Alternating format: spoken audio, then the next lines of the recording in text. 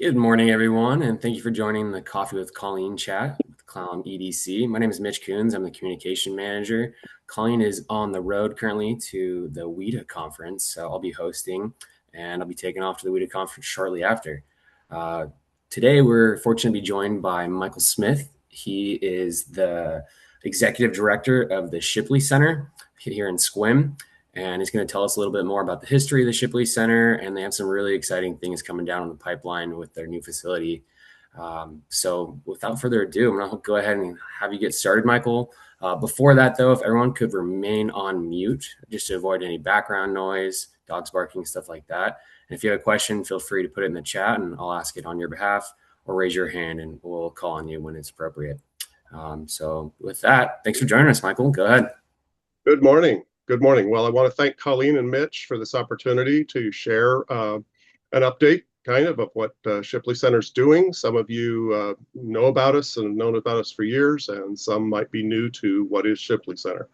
So I've been the executive director here. Come March will be 21 years, and the senior center's been around since 1971. So I'll cover some of that in my slides when I'm sharing the screen. Mitch, how do we switch back and forth between sharing or not? I click the share button again. You're currently sharing. Oh, we're currently sharing. Okay. All right. Can't see me now. Okay, that's fine. Yeah. All right. So we're on East Hammond at the east end of town, across from the QFC shopping center, right near a Taco Bell that they built so that I would have a place to go to lunch conveniently. And so I was really happy to see that Taco Bell go in. That was really cool. But like many things, we've grown and we're outgrowing our current situation. Let's see. Okay, I have to say okay to it being recorded. All right. So there we go. Now the slides are advancing. So this is our current building. It was a warehouse before. It's a pole barn type of construction, and it was used for storage, for plumbing business, I understand, and for agricultural needs and various things like that over the years. And the seniors bought it in 1993. But there's been a senior center since 1971. Why is there a senior center, and why is it so important to have senior centers in a community? It's about connectedness. It's about being together with other people and doing things that are meaningful, whether that's learning about a topic you've never explored before, or playing a game, or exercising, or learning about computers, or getting help with your Medicare questions through Shiva volunteers. It's been proven that senior centers, or any type of activity where you get up, get dressed, and get out of the house, especially as a retired person, so that you have a reason to get out of the house, can actually enhance your quality of life, but actually the quantity of life. People actually live longer who come to senior centers. Shipley Center was started as Sequim Senior Citizens, and the first president was Hart Smith. He was a teacher. He was an English teacher, as I recall, or as I've read, and he started it in 1971. Before that, he's no relation to me, by the way, just another Smith. But in those days, the churches had clubs for people to meet who were retired and do things. And one of them was called the Leisure Hours Club at the Presbyterian Church. And that developed into a senior citizen club, or it merged with senior citizens. And so you might recognize this building around Sequim. Right now it's on Bell Street. But it was on Cedar Street there where the current, it's been a couple of places in town, but it used to be Public Works. And before that, it was the old City Hall. And when the seniors were were allowed to use this building, and then later they moved into at former Adventist church on the corner of 2nd and Cedar, where the transit center is now. And the city owned that, but they let the seniors use it for free as a senior center, and the seniors just had to pay the utilities, and then they improved it and various things like that. So how did the senior center, which was just called Sequim Senior Center, come to be known as Shipley Center? And I'm going to tell you just briefly, I'm going to whip through these pretty fast, but I want people to know about Leo Shipley.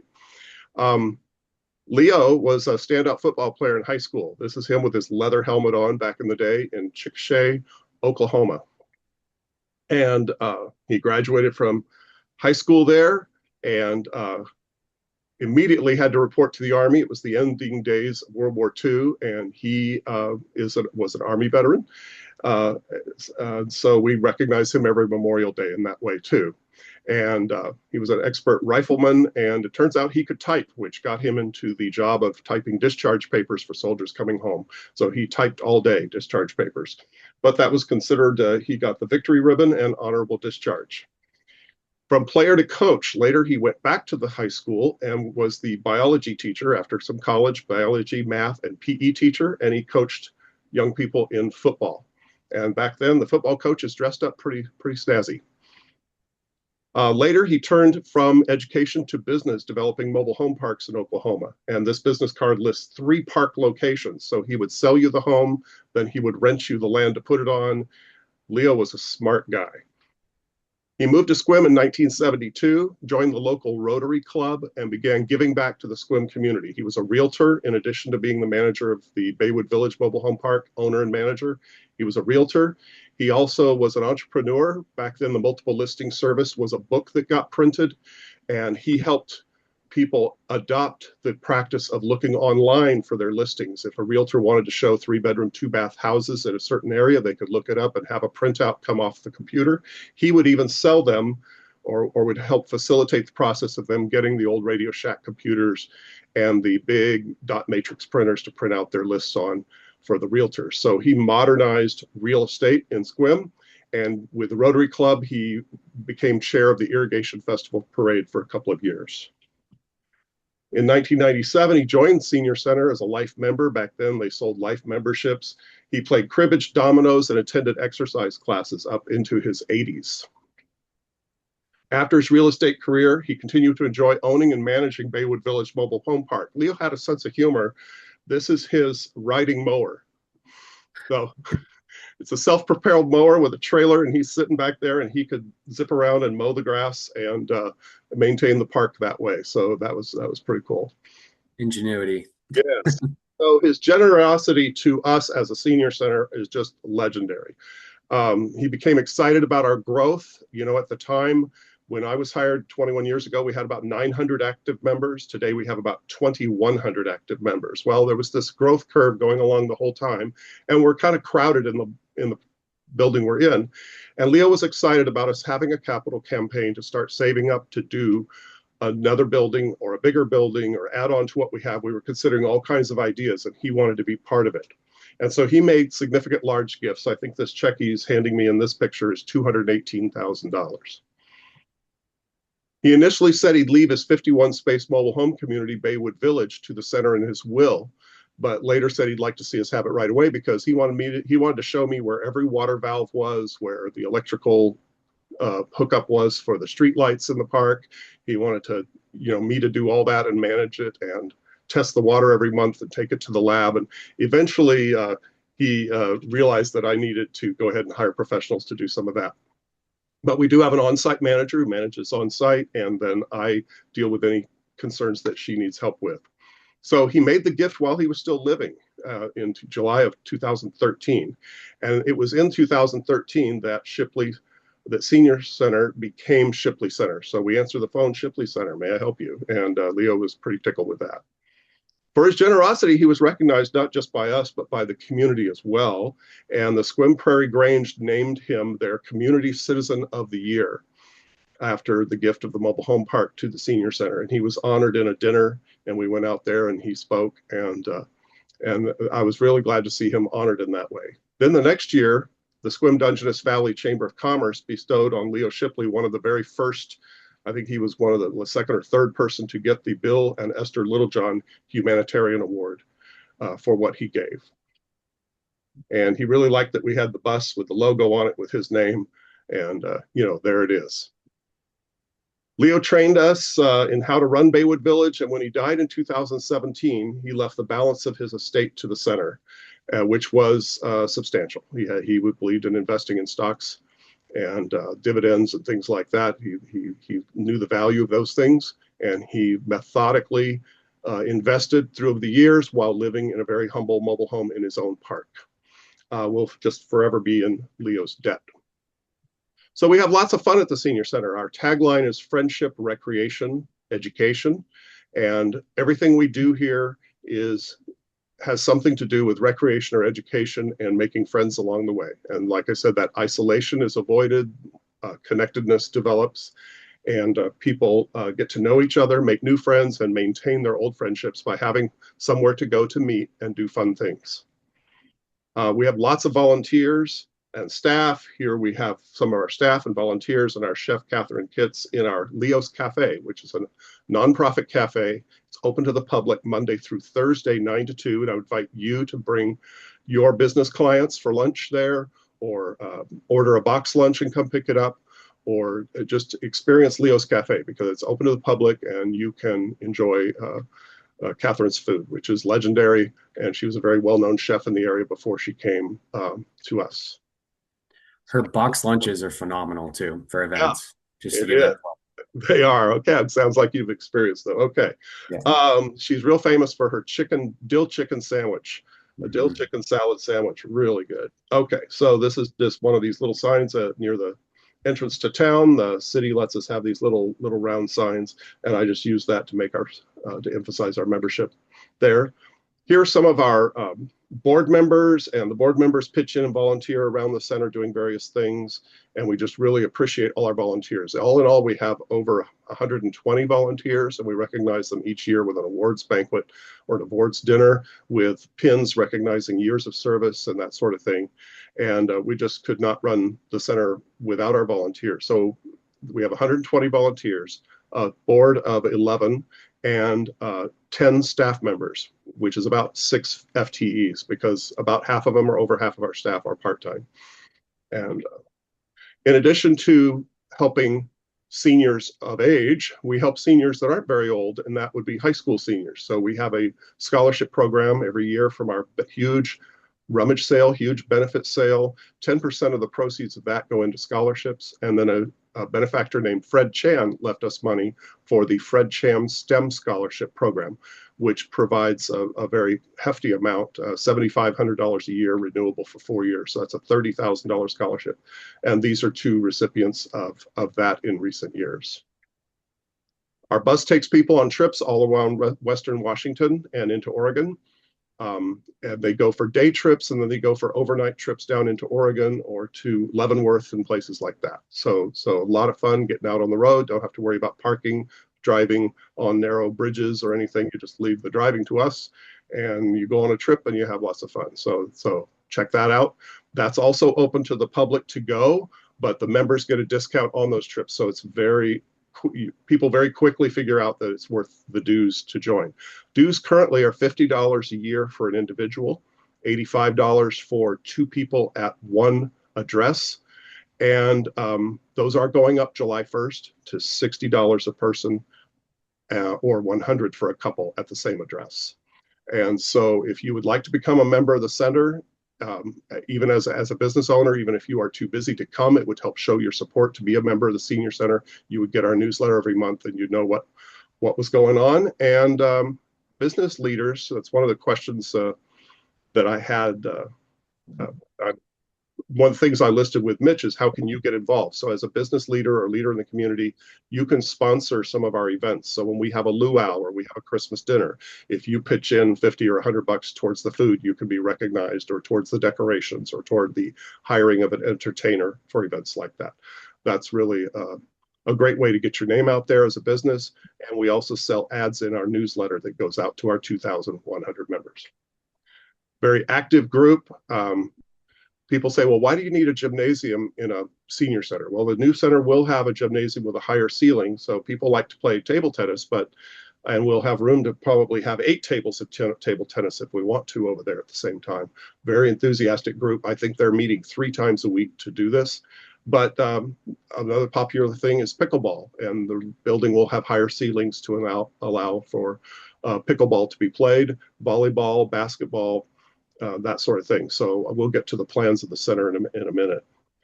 This is our Puzzle Mania, held every May, where we have a timed contest to see which team can put together a 500-piece puzzle the fastest.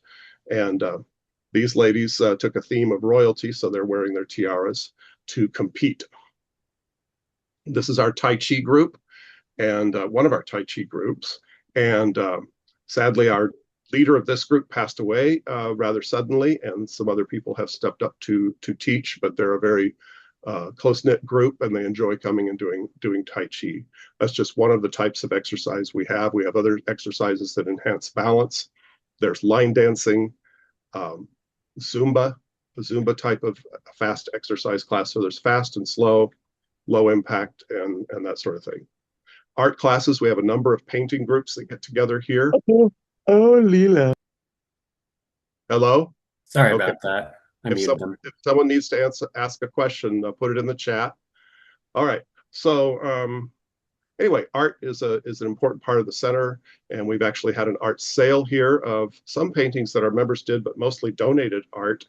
And it's just flying off the walls because it's still, so those ones that didn't sell are still out there with price tags on them, and people are still buying the art. And that's a little fundraiser, and it decorates our walls while it's being displayed. Another social event. This was a fundraiser for the building that we're going to talk about. And people just got their personality out. We interview a special person every month, and they're in the newsletter, in the Spotlight article. It spotlights a senior every month and an interview about their lives and that sort of thing. So this is Kathy King and a couple of our guys at one of the dinners. We have a very active ukulele group. They get together every week and strum and play and sing along, and it's just a really great group of people, probably 30 ukuleles at the same time playing. And it's just really cool to hear that. All the enthusiasm and life and memories from songs from that they don't play on the radio today. You know, that's what they're singing. Really good stuff. Sing along. So we looked at various ways to improve or increase our capacity. And we were going to build our own building on a couple of different sites. We had chosen a spot just at the Washington Street exit a few years ago, 5.8 acres. That was going to be it. And then that proved to be unfeasible for various reasons over the years. And so we bought a lot right across the street from us here on East Hammond, and we were going to have a 2-building campus so that some of our activities would be in one building, some in the other, and people would walk back and forth across the street to go. That was kind of plan B. And it was going fine until we got the bids. And the bid we got from a contractor that no longer is in Sequim was for $1,227 a square foot. It was 6,500 square foot building. They wanted almost $8 million. We immediately started looking for already built buildings that we could just renovate, and we didn't think anything was big enough in town to do what we needed to do. We have 11,000 square feet now. We definitely wanted to go up. We wanted to, have at least 15, 17,000 total. And the JCPenney building, the former JCPenney building, and before that it was Safeway. So it was Safeway from 1981 when it was built till about 1993 or 4. And then Safeway moved across the street, and the owners of the building rented it out to, or leased it to Penny's. So Penny's had been leasing the building. The building was for lease on all the real estate websites. And all of a sudden they changed from lease to sale, and we made an offer on it. And a number of other organizations were interested also. We submitted a letter with our offer that said that we would be good tenants of the shopping center. We're not tenants, but we would be good neighbors of the rest of the shopping center, in that our members would be interested in the types of businesses that are there: furniture, shoes, another restaurant, a yogurt shop, real estate agency, that we would be good customers for them, and vice versa, that perhaps people who came to buy shoes or furniture would look over and go, I'm going to check out that Shipley Center place. And so we bought the property. The boundaries, I'll show you that in a second, but basically it's 4.03 acres. And it's going to be fantastic with plenty of parking. So I mentioned we were at 11,000 square feet. This building is 29,000 square feet. So this is the property that we purchased. So it goes back to Maple Street, over to 7th Avenue, and out to Washington Street. And then the Chaos Coffee kiosk that's out there, the Chaos Coffee business, is being run by the kids of Marie Dickinson, who owns Mariner's Cafe just across the parking lot. So Chaos Coffee is a tenant of ours, and we really want them to thrive and succeed. So swing in there and get some coffee or hot chocolate or something, and they have cookies and various other fun things. So that's a fun way to do that. So we're going to, of course, restripe the parking lot for a little bit wider spots for seniors. Some people like the Costco approach where there's a double line between every parking space and lots of room to swing your doors open and get out and get in without hitting the next car. So we're gonna do that. So that's the part that we own right there on that map. So we immediately decided that it needed to be painted, and we're in a kind of a rush to get it painted before the winter set in. Fortunately, it's been a very mild winter, and Dwayne kept painting right on up into January to get the exterior done. This is what this is pre-painting, so it's not painted in these first pictures I'm showing you. This is the interior of the Pennies as it was the day we got it. Still the carpet, still the nice tile walkway all the way around, and the cashier's desk there, reception area, that sort of thing. Drop ceiling with the bullet lights and all that. Everything 20 plus years old. So first task, well, this is the salon, and the salon, all the plumbing is back at the salon end of the building or the south end of the building. So if you want to do additional plumbing in this building, you have to cut through the floor to run drain lines, and we will show you that in a minute. But the salon, because all the plumbing's back there anyway and all the electrical's in that area anyway, is going to be our kitchen for Leo's Cafe. The roof was just redone in 2020, so we have a roof that's only about 6 years old. It's still in excellent, excellent condition. The rooftop units, the heating and air conditioning units there on top of the building are the size of a small car each. They were all replaced in 2015 and 18. So we're very happy that we have equipment that still has a lot of useful life in it on the roof to keep everything heated or cooled as needed, and the roof just looks great. So the electrical room is something out of Frankenstein's lab. I mean, you go up there and it's just kind of humming. And I'd never seen so much electrical. This building, of course, being a grocery store before, has 1,600 amp service. So your average house has, well, a smaller house will have 100. Standard house these days has about 200 amp service. So this has the equivalent electrical service of 8 houses. We've been giving tours of the building as we've gone through the various steps of the process over the last year and a half. We've invited our seniors and others to put on a hard hat and a little vest and walk around and look at it. And so I've probably taken maybe 150 people through on tours, and we're still offering a tour. If you would like to come through at various stages of the construction, don't just show up there. Call our office, 683-6806. Get your name and number on the list, and the next time I'm doing when there's a little lull in the construction and I'm doing a tour, they'll call you and see if you're available on the day and time that we select, and then you can come take a look around inside. One of the first things to do there was to take up this carpet. So we bought a little machine that scrapes carpet up, and Dwayne Cobb, our maintenance man there, scraped up over 20,000 square feet of carpet all by himself. Then he had assistance in rolling it up and hauling it off to the dump, and we just hauled off all that old carpet. So that was the very first step that we took. Then came demolition of the fitting rooms and the other things inside. You see this jewelry counter where I bought many presents for my wife over the years. I always love those 50% off sales at Penny's. So just a great experience tearing this out. Most of this was just Dwayne and volunteers. So we've been saving money along the way. We, of course, got a permit from the city for the demolition. So we had a demolition permit. So everything was proper, but needed to take out the non-load bearing walls. And eventually all of this drop grid ceiling is gone too. We're going to put it back in smaller rooms where we need it and not have it in other parts. These are parts out of the salon. This is slat board that merchandise was hung on. I actually got money for some of that slat board because it weighed so much. It would cost about $12 each to throw it away at the dump. They were so heavy. And so I figured if I gave them away, I was making $12 each on them. Okay, so this is our floor plan. And at the bottom of the picture are the front door, is the front door. It's moved a bit to the right from where the Penny's front door is. And the concept for building the building was that loud activities needed to be kept separate from quiet activities. That's one of the first things that seniors are concerned about in this building, because we're crowded especially, is that you really don't want something loud going on just through the wall from where you're trying to play cards or Scrabble or concentrate on something. So the loud activities, one of our seniors actually drew a diagram of what she thought the floor plan should be, and it looks a lot like this.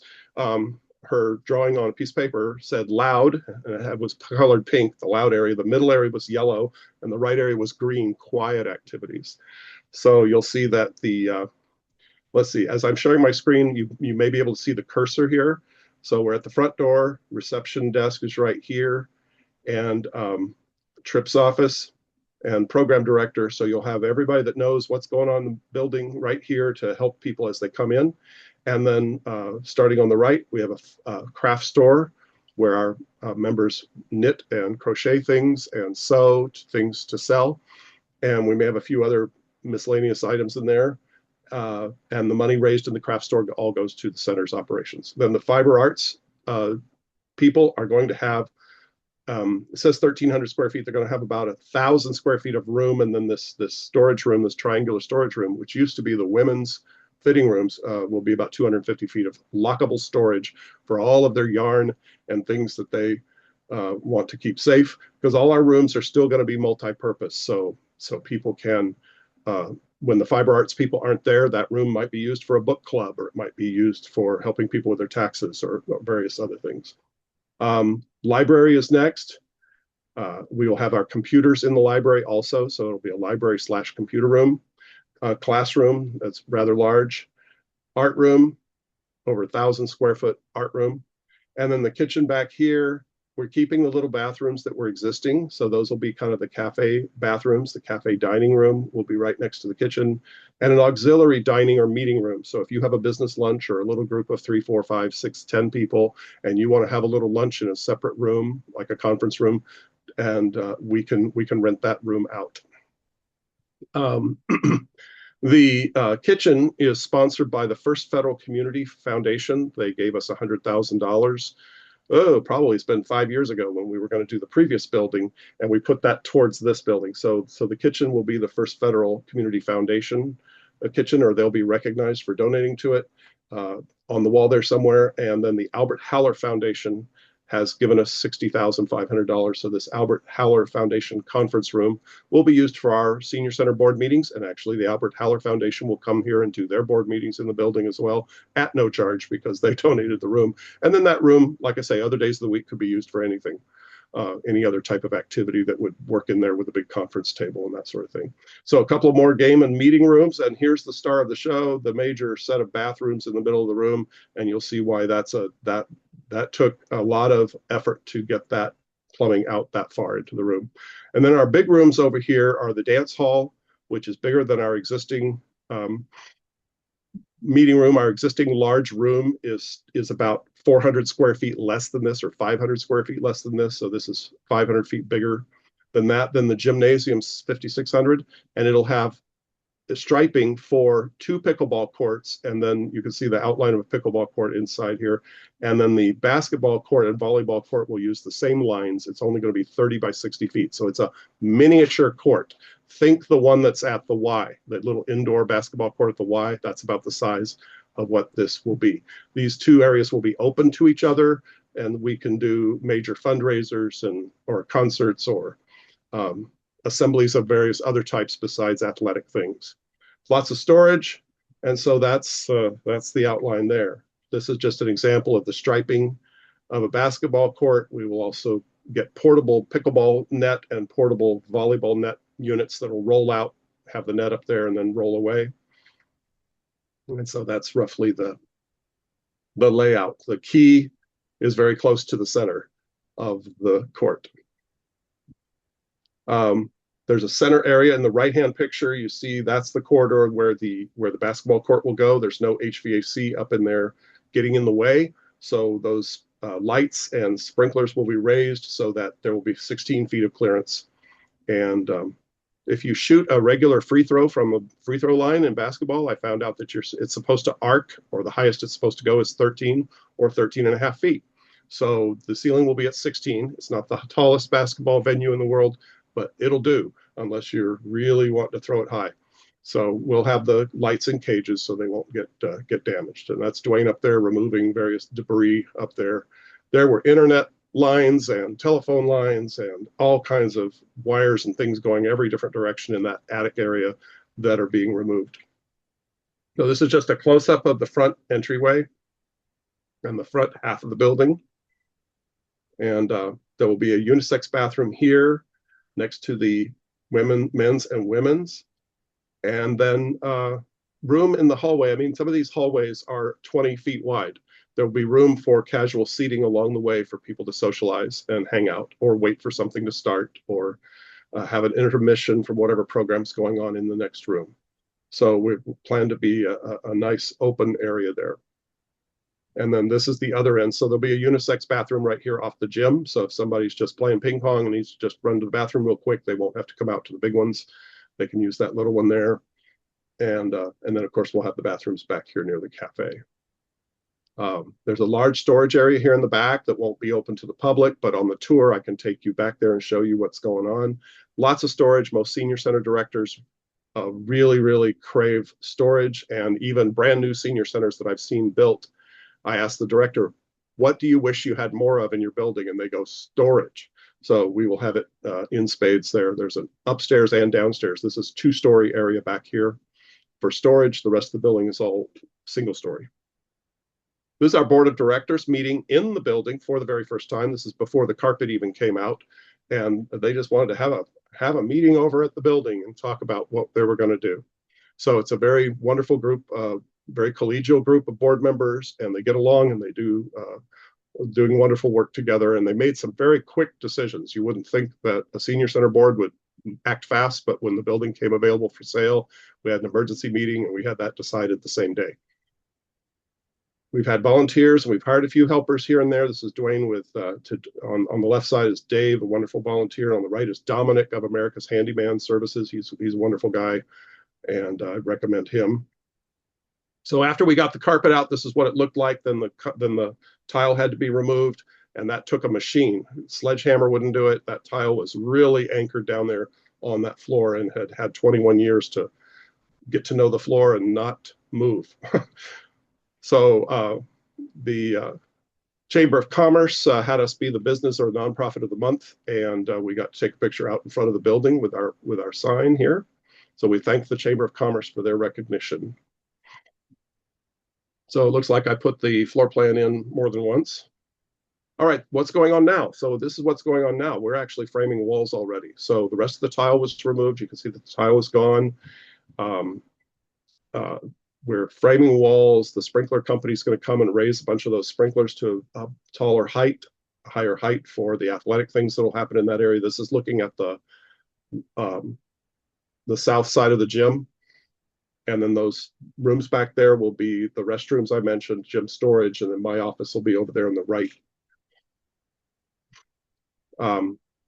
They used a laser to line everything up, the plumbers and everybody to decide exactly where they're doing the markings on the floor. So it was really cool. I like lasers, but I mistakenly looked into it for a second too long, and my eyesight's back to normal now. But don't look into a laser. There's a public service announcement. All right, these are the rooms on the other side of the building. So these are on the west side. So the art room is the immediate left, and then the next is the classroom, library, and fiber arts heading down the hall. That's our lift down there. So the lift, you're looking down the hallway, and then all these rooms will be off that hallway, and to the right will be the restrooms. So this is digging up the floor for the drains. So the Olympic saw cutting came in and cut, and our plumber is Tom's Plumbing, doing an excellent job. They have lots of experience working on these types of jobs. So we took the opportunity of having ground to do a groundbreaking. So the reporter said he thought it was the first ever indoor groundbreaking in Clallam County. And so we had a little groundbreaking in there since we had dirt out. And that dirt was only out of the hole for about 5 days. So we had to act fast to put together a groundbreaking photo. We were going to do a groundbreaking at our previous project. So we had been saving donated shovels for several years and painting them gold in preparation. So we were ready with 11 gold shovels. And there's our board of directors and building committee members. So that was a lot of fun.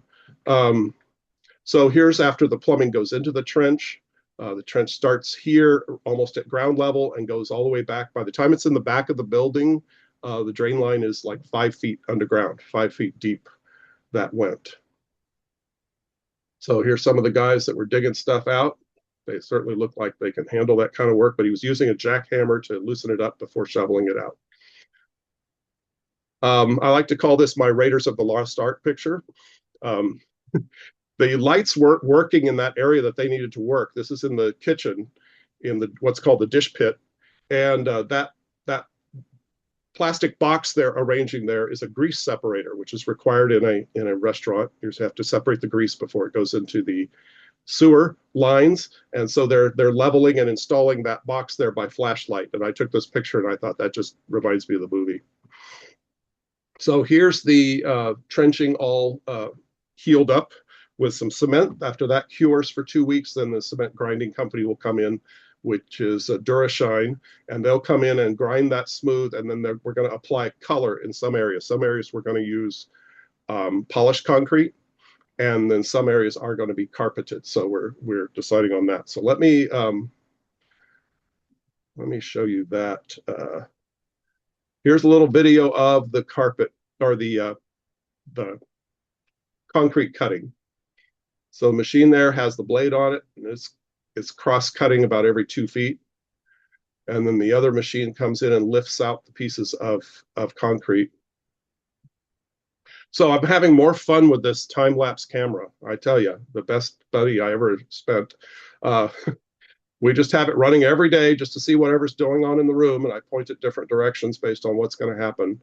And just a lot of fun to see that just going and going. So that's pretty cool. All right, so then I have, while we're on that, we'll go ahead and do the next one, which is, okay, now it's all cut out, and now it needed to be dug out. And it was just, if I get to the right section of this, it's just like dirt's just flying out of the hole by itself. But anyway, they took a layer of rock off first. There was gravel and then dirt. So anyway, I'll just advance it here a bit, but went pretty fast. It's a huge job. It was huge. Yeah, I was so impressed. This is Tom's Plumbing. He had a crew of 10 guys there for a couple of days doing all this. So just the digging out part, then the plumbing part, and then refilling it. We had like a bucket brigade of wheelbarrows with the cement to fill it back in. So yeah, can't get a concrete truck in there, huh? No, we couldn't get a full-size concrete truck. and you couldn't use a pipe or a tube because they said if you stopped and start, then the concrete would harden in the pipe and be useless. And I guess just the pressure against the concrete in the hose pushes the water out, and it hardens faster than you expect. So these are the unwelcome guests of our parking lot, and the reason they're there is that people park their car and actually throw out boxes of crackers or their fast food or whatever. And so we have signs that we put out each day that say, do not feed the seagulls. What's happening is the seagulls are so tame that they're getting run over. We found a couple of seagulls deceased. And then we have the new paint job on the building, and they sit up there on the edge and mess up the trim. So we're asking that people go feed seagulls somewhere else. So here's Dwayne on the lift. Best money we ever spent was investing in this lift. We're going to keep it because it's going to be needed for future maintenance needs around the building. Every contractor that comes in to do anything wants to use the lift, and then Dwayne has to find other things to do. But it's been great. We found a used, reliable lift. I think we paid only $4,500 for this thing, and these are like 18,000 new or 20,000 new. So we're really glad to have that, and thank our donors for that. We've had a lot of very generous seniors. The money donated for this has come almost exclusively from our membership.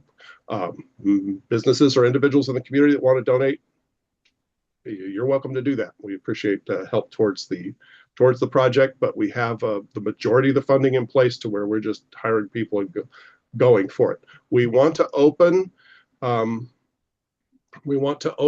by Christmas. We want to have our Christmas dinner in this new building. So we're really focusing on putting all the pieces together so that can happen. And this is, again, Dave painting, and Dwayne there on the lift, and he was painting up the high parts. So in the evening, after all the seagulls left, takes a pretty good picture with the pavement wet there. So that's about it. I don't think I have anything beyond that. No. So um, A lot of moving pieces. Great presentation. Thank you so much. so We do have a few questions in the chat and sure, comments if you're ready for them. I'm ready, or ready as I'll ever be. Let's say that. All right. So Beth from the Squim Chamber just wanted to mention that Leo Shipley was one of the only 6 Bill and Esther Littlejohn Humanitarian Award winners, and the 4th in 2014. His contributions to the Shipley Center. So you're spot on. It's great. Yeah. Justine asked, and I know you mentioned there's membership donors and some local businesses that have donated. Did Shipley Center receive any state or local funding for the project? Shipley Center receives the last 2 years a $15,000 grant from the city of Squim, and going forward, they've indicated a different emphasis they want us to make on it. So we're going to emphasize serving low-income seniors specifically with that money. So $15,000 a year from City of Squim is our current contract. We're going to be applying again for 2027. And other than that, we don't get state or federal money. We've received a grant in the past towards buying our bus from USDA Rural Development, a community development grant. They mostly do loans, but they'll do small grants. So we're going to apply to them again because they will buy equipment, but they won't fund construction with a grant. So there's going to be some equipment needed in the building, athletic equipment and kitchen equipment, and so we'll see if they'll do that. So largely the Leo Shipley estate donations, the Fred Chan estate, the Albert Heller Foundation, the First Federal Community Foundation, and we're going to apply, like I said, to USDA Rural Development, and then our own individual donors have given, everywhere from $10 to one donor gave $35,000. So we had been saving. Keep in mind, we had been saving and raising money to build the building across the street here on Hammond that we did not build. So that money was in the bank earmarked for capital campaign use, and we got permission from those donors to use it on this project instead. So we're okay, but donations are still being accepted, of course, because it's still there might be something totally unexpected beyond the bids that we've gotten so far, but we believe we're going to be able to do it on time and under budget, hopefully. Yeah. And even if we miss it by a few months, it's still a great accomplishment for the city of Squim and their, everybody. So we like the new location. It's going to be walking distance. Several seniors have told us they live either just north or just south of the center, where it's going to be down there at that end of town, and they're going to be able to walk to their senior center, which is really great. That is awesome. Lori asked if there's a fee to use the meeting space. Yes, there are. I mean, if you're the Albert Heller Foundation, you gave us $60,000, you're going to meet there for free. But there's going to be rental rates for each room, and they're going to be priced kind of based on the square footage of the room, and they can only be rented out at times when we don't have a senior center activity in that room. So our programming is definitely going to expand. It's expanded here within the last 2 years to where things are more tightly scheduled here. So the room has to be available, and there's going to be a rental fee per hour or per half day or per day, depending on what a person's doing. The pickleball, we haven't figured out how to price that because we know there's a lot of people in the community that want to play pickleball here, or will when we have 2 pickleball courts indoors when it's raining or cold. We're going to have to figure on an admission price for doing that and that sort of thing, and the hours and days it would be open for that. But definitely something that we're going to do. So rental income is an important part of our income here at the current location, and it will continue to be. Great. Pat McCauley had a few comments. She said, you've not mentioned the cost on the building versus your other property and how you're funding it. You kind of just touched on that, it sounds like. Oh, okay. Yes, I did forget to say that. Was there more to her question, or? There's more just like a statement. Is if I mean just cost comparisons between the Okay. two. Okay. So the building across the street, like I said, the only bid we got, and others were busy on other stuff, was $8 million. All that would have given us was 6,500 square feet. So that'd be a total of about 17.5. So we bought the Penny's building for 2,775,000. And it was all cash because praise the Lord and Leo Shipley, we had that money and all our donors and all our grants that we'd received. Um, and we're selling a couple of other pieces of property. We've sold the property across the street from us here on Hammond, and we're selling another property down at the Washington Street exit, the one we talked about, the 5.8 acres.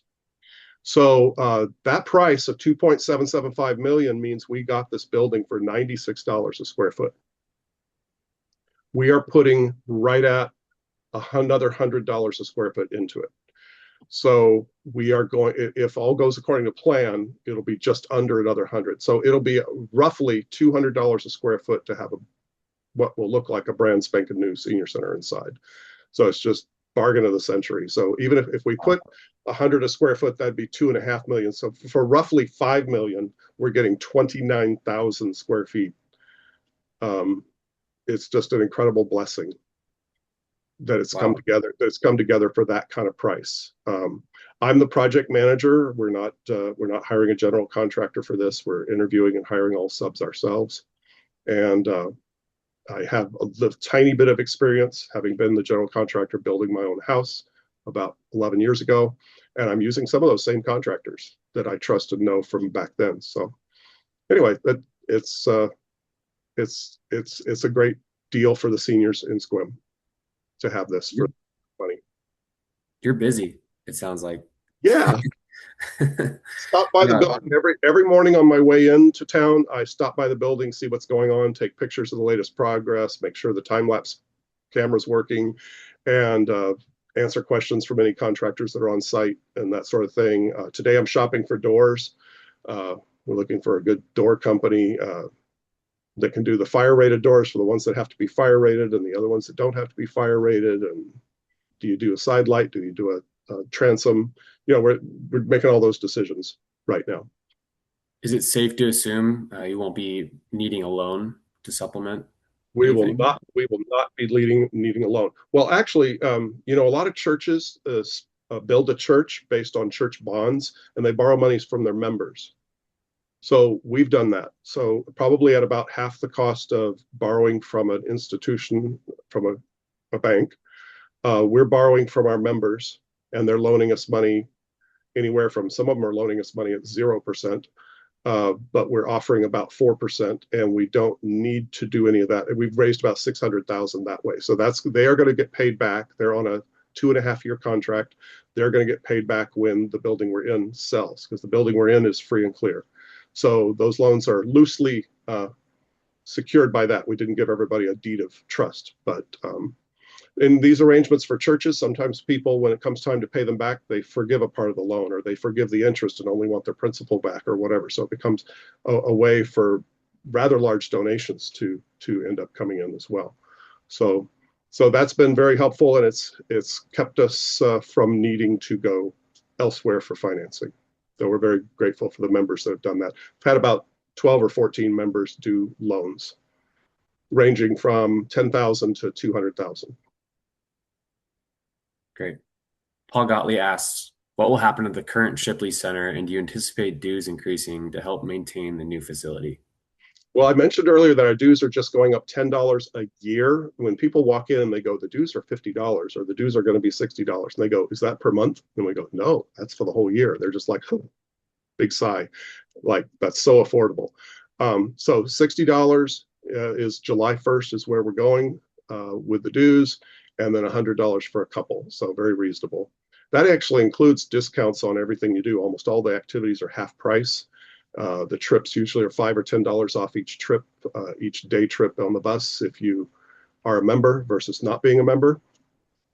So yeah, what was the other part of the question? Was it was just No, I think you covered it. Oh, what will happen to the current Shipley Center? Oh, what will happen to the current building? Well, it'll be quite a deal to clean it out of all the stuffs in here. We're actually trying to declutter and get rid of things we don't need along the way.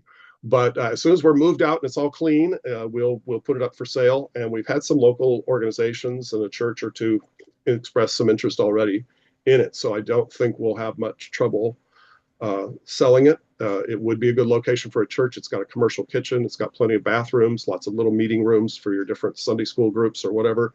Or it could be split up into offices for attorneys or accountants or financial planners or graphic designers or a print shop. It could be anything. At one point, it was an antique mall where they rented out booth space inside, and different antique dealers who couldn't afford to set up their own entire shop would display their antiques and then sell them out of that. So, and the ultimate, I mean,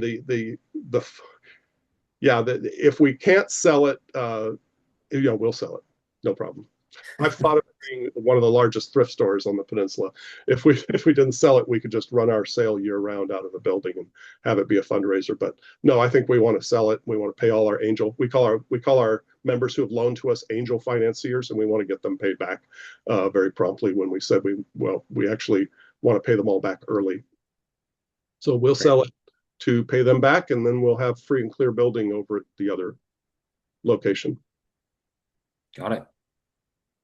Pat had another comment. She just said that I love the fact you're recycling in an empty building.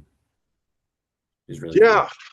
Yeah. It's people were wondering what that was ever going to be put to use, ever going to be again, and we're glad to do that. And then somebody will give this building new life, and it'll be something very useful for them and spacious for them. Let's say some organization or business has 5,000 or 6,000 square feet, and they come here and they get 11,000 square feet. Somebody's going to really enjoy being in this building too. Great. And then Stephen asked, is the new building exempt from property tax? It will be. It's not yet. We have to have it put, we have to have our occupancy permit and put it to nonprofit use before we can be exempt. But yeah, the property tax bill I just got was for $27,000. So the property taxes are over. They're about $2,300 a month. Wow. Yeah. So we're anxious to get that to end. And then of course we're not paying tax on this building. So if someone buys this who's a taxable entity, then somebody will start paying property tax on this property too. But yeah. Got it. Another comment. Congratulations on community adaptive use and huge energy savings. Yeah, we're going to really insulate and the electric bill is a lot bigger there than it is here, but that part of that's because we have it all open. There's the spaces aren't defined yet, and the drop ceilings aren't in, and we're heating every void right now just to keep the construction workers from freezing. So, but they're happy with about 62 right now in there, because when you're working hard, you don't need it to be 68 or 70. But yeah, right. Is there a specific age requirement for membership? No, there's actually not. The only age mentioned in our articles of incorporation is the age 50. And to be on our board of directors or to participate in the board of directors, when you vote for new candidates for board of directors, you have to be 50. But we have some members in their 40s, and we have members in their 50s, 60s, 70s, 80s, 90s on up. And so you don't have to wait till 65 if you're not. You can just come in and get a membership. I'm thinking about the pickleball courts. That's why I asked. I'll bet. Yeah. We're at 2,100 members right now. I think when we open this thing, we're going to surge by about 500 members, probably within a year or 2 years of opening. Wow. Easily. Is the Shipley Center a 501c3? Yes. Yeah. We're a 501c3 nonprofit. Our official legal name is Squim Senior Services. And then we're doing business as Shipley Center. And we're also doing business as Leo's Cafe. Got it. We have about 5 DBAs.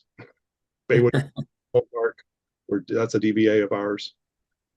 Yeah, we're running the mobile home park as a nonprofit. All the members there get a free membership to the center. So the center, and it's a senior park, so it's 55 and over.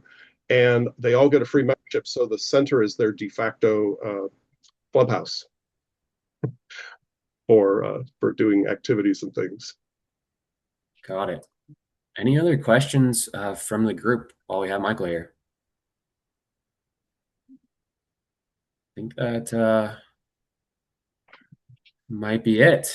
Well, I appreciate you coming and telling us all about the Shipley Center and exciting new initiatives you're working on. I know the community as a whole is really excited. Just a few things for the EDC to plug. We are hosting our annual gala on March 6th. It will be at the Field Arts Hall Center. And our keynote speaker is Howard Bihar. He's the retired president of Starbucks International. It's going to be a great night of economic development celebration and community engagement. John Temple just asked for your contact information. Are you comfortable sharing your email? Oh, me, yes. Okay, so msmith@shipleycenter.org. Yeah, any ideas or questions you have, msmith@shipleycenter.org. Our website is shipleycenter.org, and our phone number is 360-683-6806. And just ask for Michael and tell him I said to call. Sometimes they're very protective. I've got a lot of meetings and stuff going on, but would love to talk to any of you that have ideas or get emails from you with any comments or ideas. Thanks so much, Michael. Yeah, thank you very much.